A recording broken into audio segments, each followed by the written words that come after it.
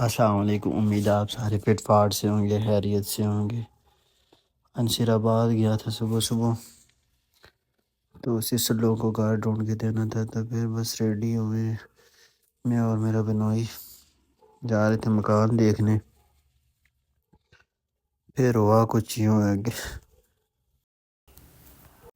ابھی چل ہی رہے تھے، جیسے گاڑی کی پارکنگ کے پاس پہنچے تھے تو بنوئی میرے کو یاد آ گیا کہ گھڑی بھول گئے۔ میں نے کہا صحیح ہو گیا، اوکے کرو، چھوٹا ہونے کا یہی نقصان ہے کہ جدھر دل کرے بندے بے ہی دو سے۔ پھر میں بھاگتا دروازہ کھٹکھٹایا، پھر انہوں نے کھول نہیں دیتے، انہیں آواز نہیں آ رہی تھی۔ پھر گھڑی اٹھائی، دروازہ کافی دیر بعد انہوں نے کھولا، پھر گھڑی اٹھائی ہے تو بس گیا ہوں۔ میں نے بھی ایسی گھڑی پہلی دفعہ دیکھی ہے، مجھے گھڑیاں پہننے کا شوق نہیں ہے، لیکن یہ گھڑی میں نے پہلی دفعہ دیکھی ہے۔ اللہ جانے، میں سوچ رہا تھا ایسی گھڑی تو میں نے کبھی نہیں دیکھی۔ اللہ ہی جانتا ہے، مجھے گھڑیاں پہننے کا شوق کوئی نہیں ہے۔ پھر باہر آیا ہوں، بینوئی غائب ہو گیا، مجھے گاڑی کا پتہ نہیں، نمبر شمبر تو مجھے گاڑی کا نہیں آتا۔ تو پھر گاڑی ڈھونڈتے ڈھونڈتے تقریباً کوئی مجھے 10-12 منٹ لگے، 2-3 چکر لگائیں، ایک چوک آگے چوک تک گیا ہوں، واپس آیا ہوں۔ پھر بڑی مشکل سے نمبر فون شون کیا تو پھر وہ کہتے ہیں ادھر آ جاؤ۔ تو پھر کافی ٹائم بعد ڈھونڈنے کے بعد ملیں، پھر میں نے کہا واپس چلا جاؤں، تو پھر فائنلی مل ہی گئے تھے۔ تو پھر ادھر گیا ہوں، گاڑی ٹھیک کروا، تھوڑا کام شام کروا رہے تھے گاڑی کا، تو میں نے کہا صحیح ہے کرا دو کام۔ جیسے ہی بنوئی کو میں نے گھڑی دی ہے نا، تو بنوئی کہتا ہے ادھر آؤ۔ ادھر بیٹھا ہوں تو اتنی دیر میں بنوئی کو کوئی اور چیز یاد آ گئی، کہتے کوئی اور چیز بول گیا۔ میں نے کہا جی ہو جی کوئی اور چیز بول گئے، کہتا ہے صحیح ہے لے آؤ۔ میں نے کہا صحیح ہے، میں جاتا ہوں، چھوٹے ہونے کا نقصان یہی ہے۔ پھر وہی بات یاد آئی ہے، میں نے کہا چلو صحیح ہے، پھر میں جاتا ہوں۔ پھر میں کافی سوچنے کے بعد پھر میں نے کہا 2-3 منٹ بیٹھتے ہیں، سوچنے کے بعد میں نے کہا جانا ہی تو پڑے گا۔ پھر واپس آیا ہوں گھر میں، تو اس ٹائم ابھی تو بالکل ان کو آواز ہی نہیں آ رہی، دروازہ کھٹکھٹا کھٹکھٹا کے میں تھک گیا تھا۔ پھر میں نے آخر کار تنگ آ کے میں نے اپنی جیب سے موبائل نکالا ہے، اور موبائل میں نے دروازے پہ مارا ہے زور زور سے۔ میں نے کہا ان کو کیا آواز ہی نہیں آتی، پتہ نہیں سارے ڈو رہے ہیں، بہ رہے ہیں، سم بکم صاحب وہی والا حساب ہے۔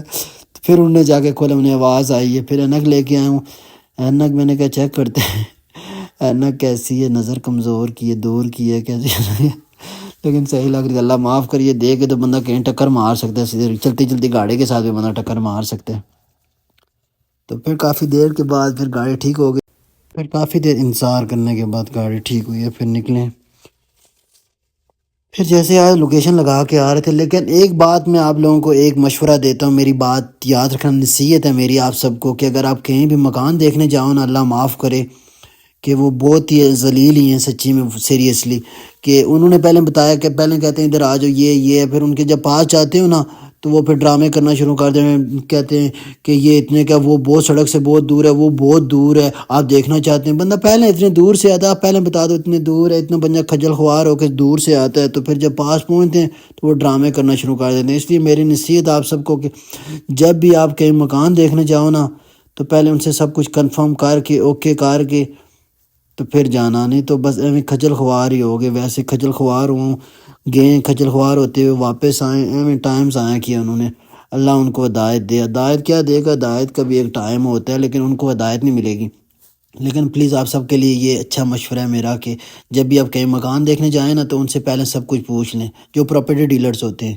وہ تو اللہ معاف کرے، میں اب کیا بولوں، الفاظ بول نہیں سکتا، جو الفاظ میرے منہ میں آ رہے ہیں۔